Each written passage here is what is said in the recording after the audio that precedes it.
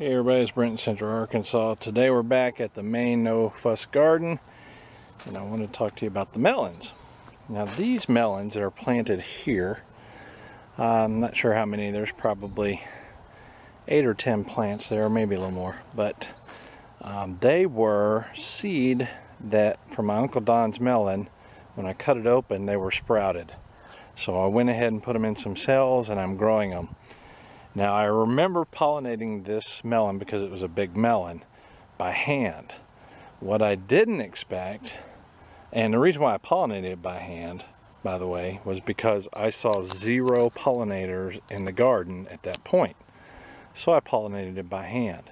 What I did not expect was to see what I'm seeing now. This plant, and I mean it's kind of a cool thing, but all this seed came from one melon. So I've got variety in here, and I'll show you some of that variety here. Let's see here. Let's see if we can see some in here. There's some babies that are going to start producing there. They're the long football shaped ones, like I'd expect. See there's another one.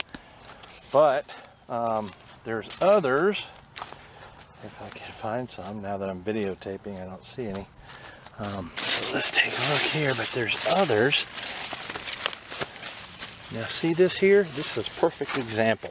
Side by side. Different plants, obviously, because the seed's behaving differently.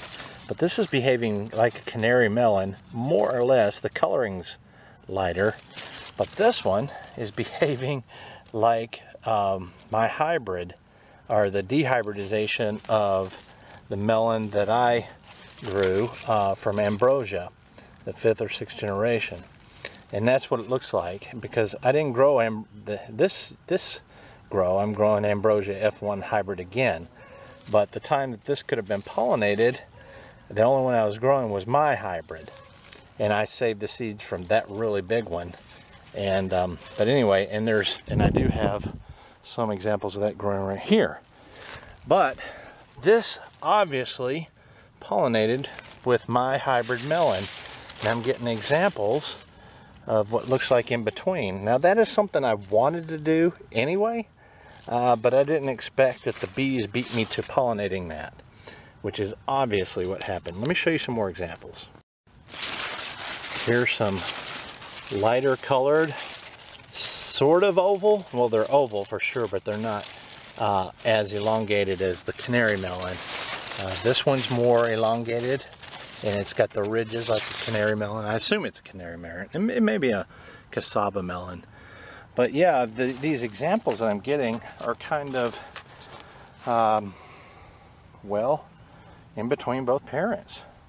And that's the only thing it could have pollinated. Well, it's not the only thing. I mean, they could have pollinated with a one of the other melons, a Kirkman melon, or heck, I can't remember all the melons. I grew a bunch of melons the first part of this year.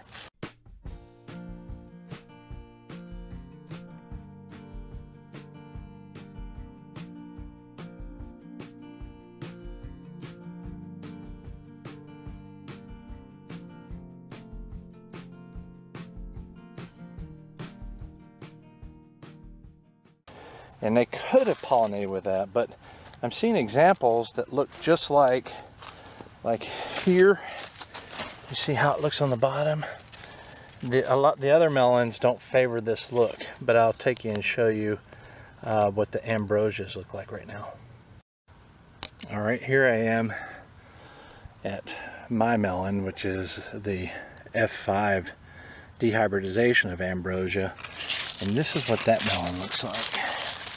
You see the coloration? That is what I see in what I just showed you there. Here's another example right here of a newer one, a younger one I should say. And the other melons, the Kirkman and the Taffeta and the other general or major, whatever that other melon was, they look significantly different. Here's some more down here. See one there, and over there.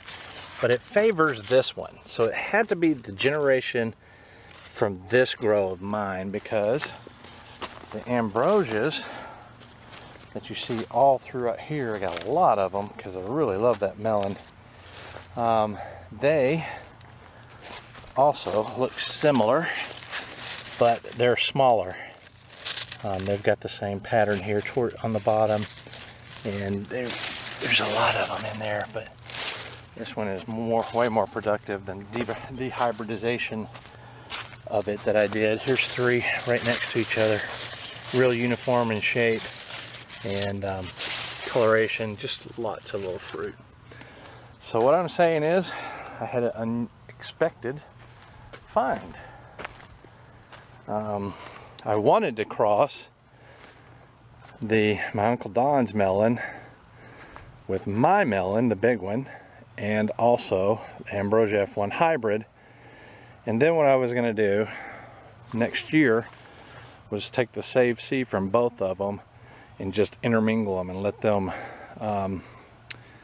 mix naturally. You know, I put one of each, a different type in each hole, so they're all close together, and let the bees do the pollinating and create a unique melon that way. I forget what that's called. It's a specific type of open field